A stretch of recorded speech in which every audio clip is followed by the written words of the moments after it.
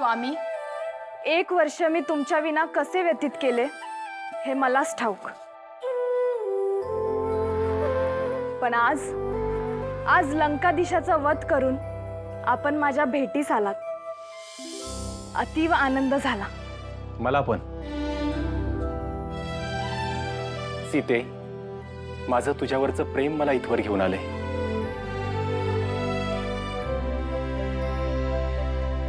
कर्तव्य हा प्रेम आणि कर्तव्य इथवर घेऊन आलं।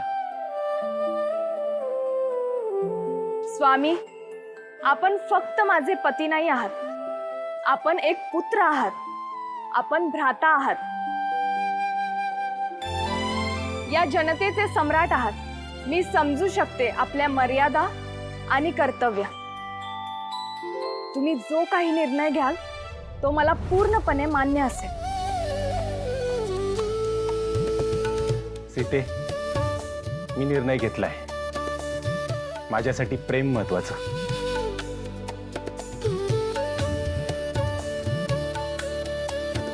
कर्तव्य? होय सीते, प्रेम करणं हेच माझं कर्तव्य। स्वामी, तुम्ही सांगितलं तर मी ही अग्निपरीक्षा द्यायला तयार आहे। नाही सीते, अग्निपरीक्षा द्यायची गरज नाही।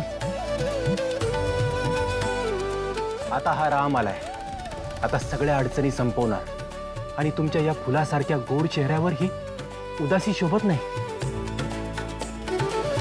त्या बोलक्या डोळ्यांमध्ये ही आसवं मला सहनच होत नाहीत। स्वामी, मला ही अग्निपरीक्षा द्यावी लागणार। कोण द्यायला सांगते? कोणाची हिंमत झाली? नाही स्वामी, नाही। समाज मान्यतेनुसार मला ही अग्निपरीक्षा देऊन माझं पावित्र्य सिद्ध करावं लागणार। ह्यात समाजाचा काय संबंध?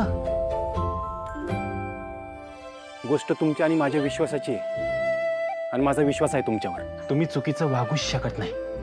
मी आज इथं आलोय ते तुमच्या सुखदुःखात सहभागी व्हायला, आयुष्यभराची जोडीदार म्हणून तुमच्या डोळ्यातली आसवं पुसणं हे जोडीदार म्हणून माझं कर्तव्य आहे। आणि माझं प्रेम आणि कर्तव्य ह्याच्या आड जर कोणी आलं तर मी तांडव करायलाही तयार आहे। जीव गेला तरी चालेल, पण तुम्हाला अडचणीत नाही येऊन देणार। कारण माझा जीव जडलाय तुमच्यावर। मिशन दे धडक बेधडक सक्सेस। शंकरदादांनी प्रेमाचा जाहीरनामा जाहीर केला। अरे कसला जाहीरनामा? शंकरदादाने नाटकाच्या बाजा वाजवलाय। वहिनी वैतागल्यात आणि शंकरदादांचा जर कंट्रोल राहिला नाही ना तर वहिनींची गुंड प्रवृत्ती कधी बाहेर येईल ना गॅरंटी नाही।